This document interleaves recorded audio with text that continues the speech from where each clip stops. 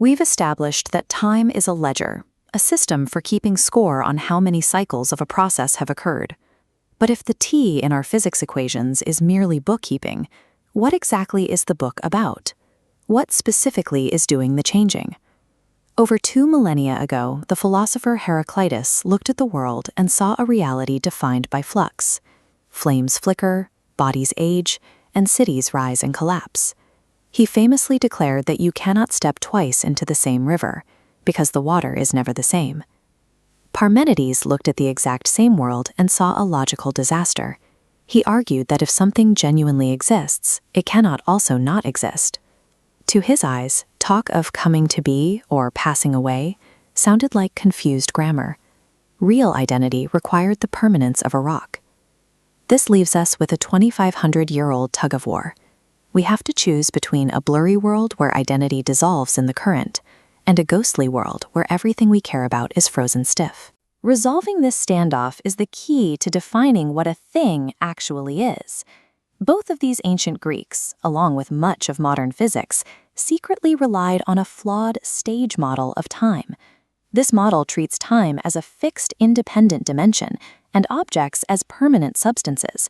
We picture objects as beads sliding along the time rail, swapping properties as they move. Parmenides realized this creates a paradox. To change from gray to blue, a substance must cross an impossible metaphysical gap, pulling a new property out of non-being just to acquire it.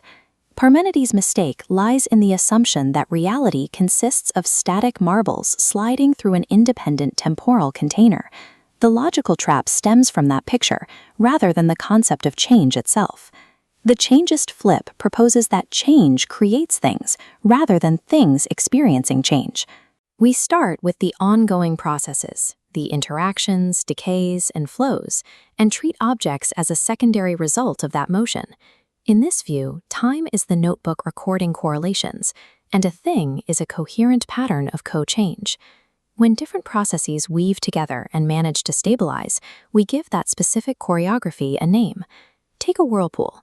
Fresh water spirals in while other water peels off downstream. No specific bit of water is the whirlpool. Its identity exists purely in the stable, self-renewing choreography of the flows. A living cell follows the same logic. Proteins are synthesized and degraded, lipids are shuffled, the actual material is constantly replaced. The same cell persists only as long as its metabolic renewal loops keep running in a coherent way. When these ongoing renewal loops inevitably fail, the pattern is gone. The matter and energy continue, but the organized co-change that defined that specific whirlpool or cell ceases to run. If reality is ceaseless interaction, why doesn't the world just dissolve into chaotic nonsense? Why does it have stable structures like atoms and planets, or even human languages? We find stability because change has habits. What we call physical laws are actually the regularities in how the ledger of change tends to be filled out. One major habit is conservation. The universe is picky about its arithmetic. Totals for energy and momentum must strictly balance. This demand for global consistency rules out most random stories of change before they can happen. Another habit is self-organization. Large structures maintain their own local order by continually exporting messiness or entropy into their surrounding environments. A city maintains its internal organization by importing energy and exporting waste, riding the entropy gradient rather than fighting it. This structured flux is like jazz music. It is bound by the key and tempo of physical laws, but those rules leave an immense space for emergent, improvisational patterns to explore. Reality is a structured, ongoing improvisation. This allows stable patterns to emerge and endure without needing an unchanging, static backdrop to hold them up. Human identity functions as a continuously updating, self-regulating process. You are a living choreography of memory, habits, and relationships, a pattern that remains coherent enough that we can keep calling it you. Over a decade, your body experiences near-total material turnover.